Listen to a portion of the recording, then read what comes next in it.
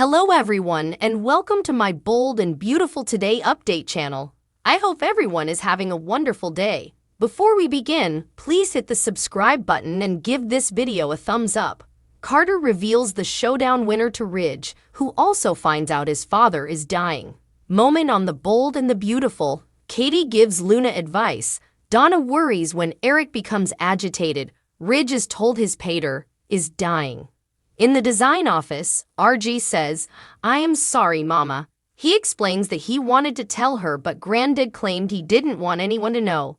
Brooke gasps, "So this is true?" She protests that it can't be. RG must be incorrect. RG shakes his head. He's sorry, but Granddad is sick, and it's been getting worse. He only has many months to live. That's why he wants so poorly to win moment. Brooke, Ridge, Donna, Eric mash up B and Biak. Bold and Beautiful patron teases Eric's funeral?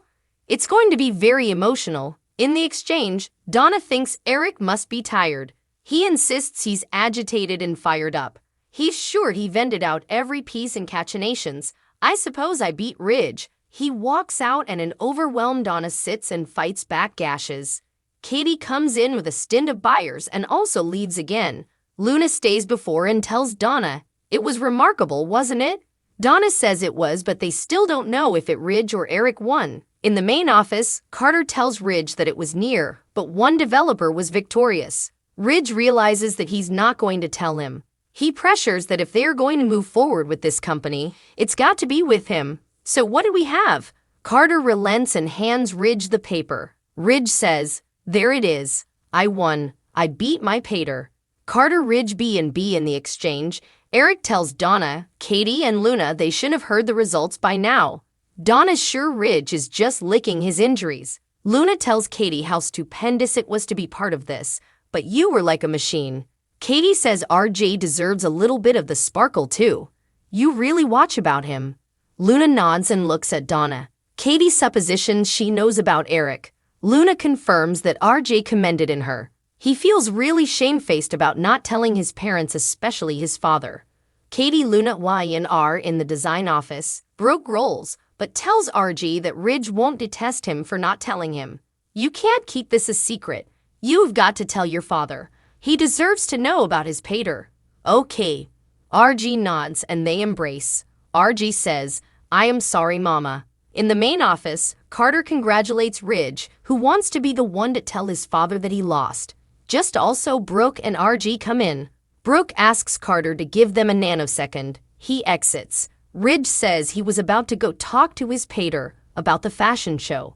Brooke says it can stay. There's commodity more important. Ridge can't understand what could conceivably be more important.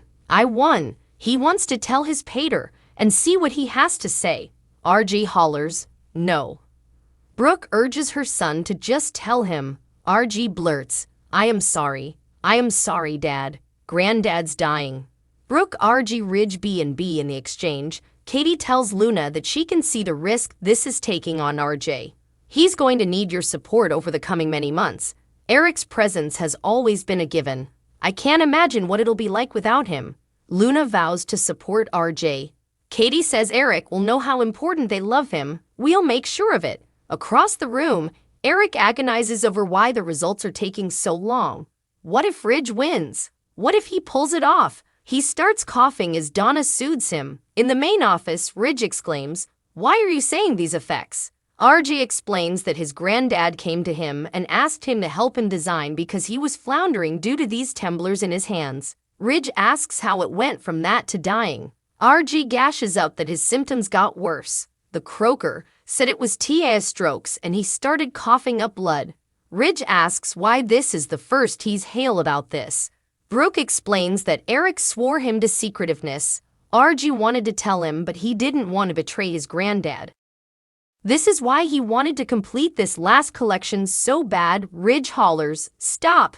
He recaps that the man who has given him everything is dying. That's where we are. "Is that it?" RG chokes and nods. "I am sorry." Brooke, RG, Ridge, B and B in the exchange. Donna tells Eric he isn't well and can't get himself worked up. Eric feels if he doesn't win this, it's over. Donna hisses, "Stop talking like that." Eric knows it's presumably his last collection.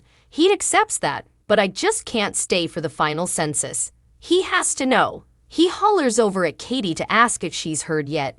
Katie and Luna advise it could take some time. Eric pulls Donna by the hand. Let's go to the office and find out. In the main office, Ridge rolls. His father dying doesn't feel real. Brooke doesn't know what they'll do without him.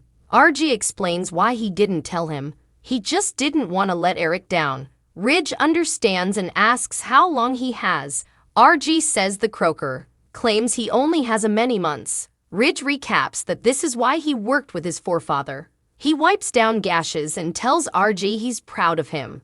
We all love him, son. Brooke assures them they will get through this together as a family. RG explains this is why Eric wanted to win so bad, to solidify his heritage. Just also, Eric and Donna walks in. Eric assumes from their silence that they know who won the fashion challenge. Ridge nods. Yeah, I know. Eric asks, so what's the count? Ridge, who won this thing, you or me? Ridge shakes his head and smiles. Ridge eventually learns Eric is dying. At this point, the only people who don't know that Eric Forrester is dying are his factual children. The bold and the beautiful recap for November 1, 2023, RG's disclosure takes the wind out of a victorious Ridge's cruises. Bold and the beautiful recap highlights in addition, all the excitement negatively impacted Eric's health, and Katie and Luna resolved to be there for the Forrester men. Now let's dig a little deeper into what exactly happened. To tell the truth, Brooke was sure that she'd heard her son wrong. Also, she was sure that he had heard wrong. But the fact of the matter was that Eric was indeed dying. What's more, he only has a many months to live at best. That's why he wanted to win the showdown so poorly. That's why he keeps pertaining to his collection and his grand homestretch. It all makes so important sense now. RG said that he was so sorry that he had kept them all in the dark. He was only doing what Eric had asked of him. Brooke claimed that her son had done nothing wrong. Heck, she was indeed proud of him for keeping Eric's confidence for so long. But the verity did need to come out, and Ridge especially demanded to be told. While RG bothered that his pater would detest him for not saying anything sooner, Ridge learned that he had won the day. He beat his father on the runway, Eric's own spear. Haza. This meant that his vision for Forrester Creations was the right bone. The only one. Enter Brooke and RJ. Despite being told they had more important effects to bandy, Ridge couldn't help but blurt that he had won and RJ and Eric had lost. Can his son be happy for him? He'd completely have been happy for him if the developer's shoe was on the other bottom.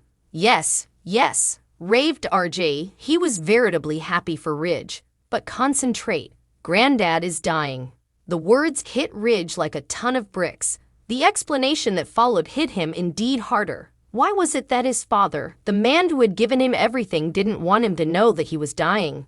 The morning of the end, meanwhile, as an anxious Eric paced and coughed and complained to Donna that he just had to win, Katie and Luna gabbled. The former good-naturedly inquired about Luna's evident interest in RJ, also derived that she was well apprehensive of Eric's illness. Kate observed that RG was going to need Luna's support further than ever ahead, also wistfully declared that she couldn't imagine a world without Eric in it. His presence has always sounded like a given. It'll be over to all of them to support Eric as his end nears. It won't be easy, but he'll know how important they love him. Eventually tired of pacing, Eric dragged Donna to the CEO office, his due office, and demanded to know if the final census had been reached. Judging from their faces, he claimed that they must each know the results. Well, what did the buyers decide? Who was going to run the show from then on in?